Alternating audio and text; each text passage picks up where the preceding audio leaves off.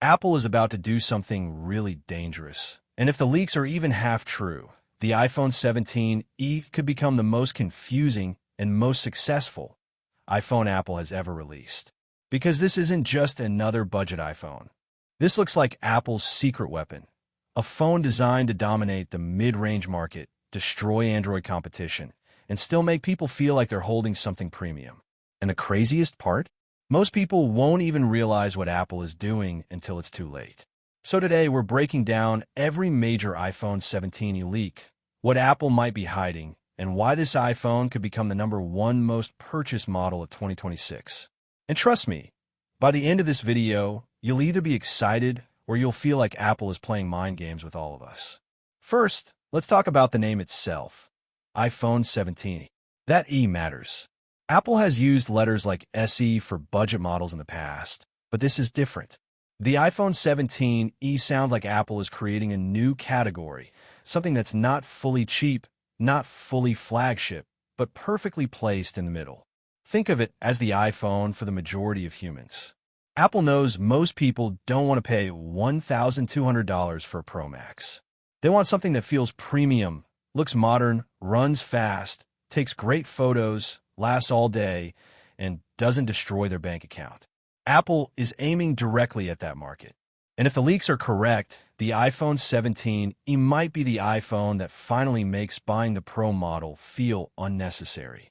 Now let's jump into the biggest leak everyone is talking about, the front design. According to multiple reports floating around, the iPhone 17e may finally ditch the old notch and bring in the dynamic island design. And that is huge. Because if Apple gives the 17e dynamic island, it instantly looks like a flagship iPhone from the front.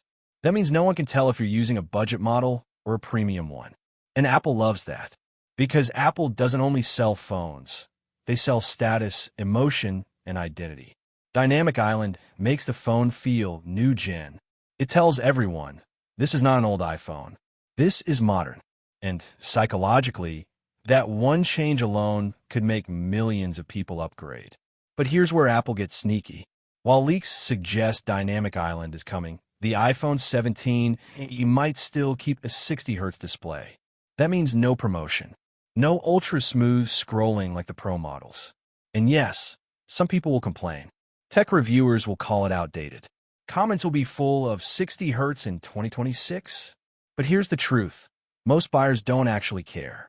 The average person doesn't even know what refresh rate means. Apple knows this.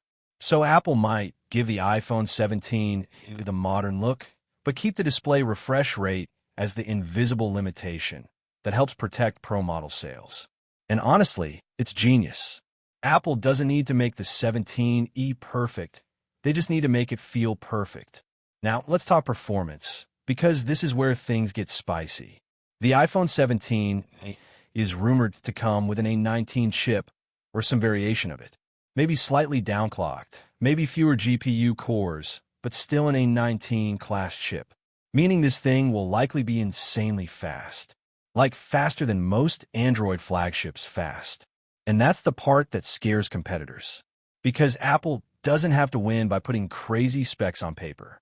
They win with optimization.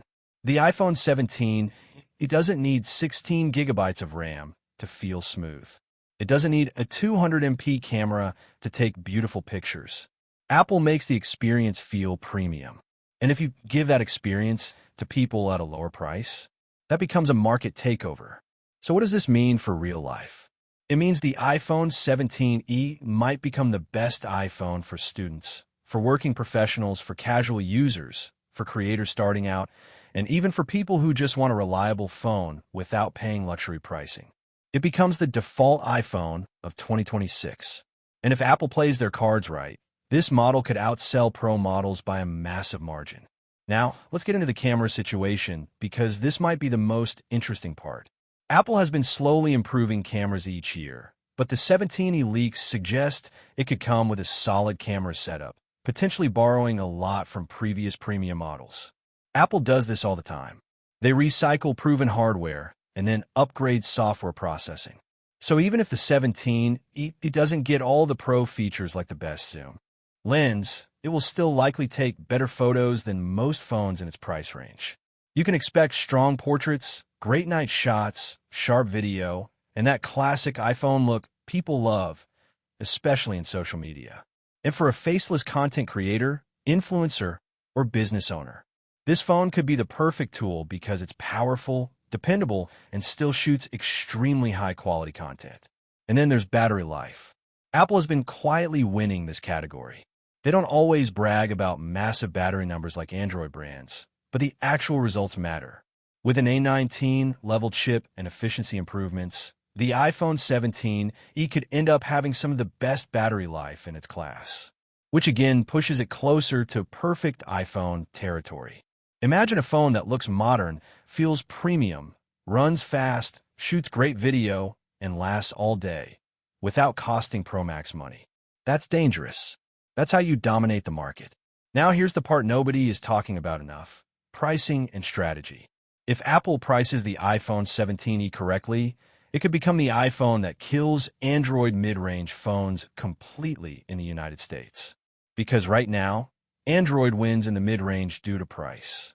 But Apple wants that market too. The iPhone 17e could land in that sweet spot where people say, "Why would I buy anything else?" This is where Samsung's A series, Google's Pixel A series, and OnePlus mid-range models start sweating. Apple doesn't need to beat them on specs. Apple just needs to offer the real iPhone experience at a price that feels reasonable. And once people enter the Apple ecosystem, iMessage, FaceTime, AirDrop, iCloud, they usually don't leave. So the iPhone 17e is not just a phone, it's a trap. A very expensive trap for competitors. Also, expect Apple to push this phone aggressively through carrier deals. In the US, that's everything. People don't buy phones outright, they buy monthly payments. Apple knows if they can position the iPhone 17e at an irresistible monthly price, it will become the easiest upgrade decision ever. Many buyers won't even look at Pro models anymore because they'll feel like they're already getting the new iPhone,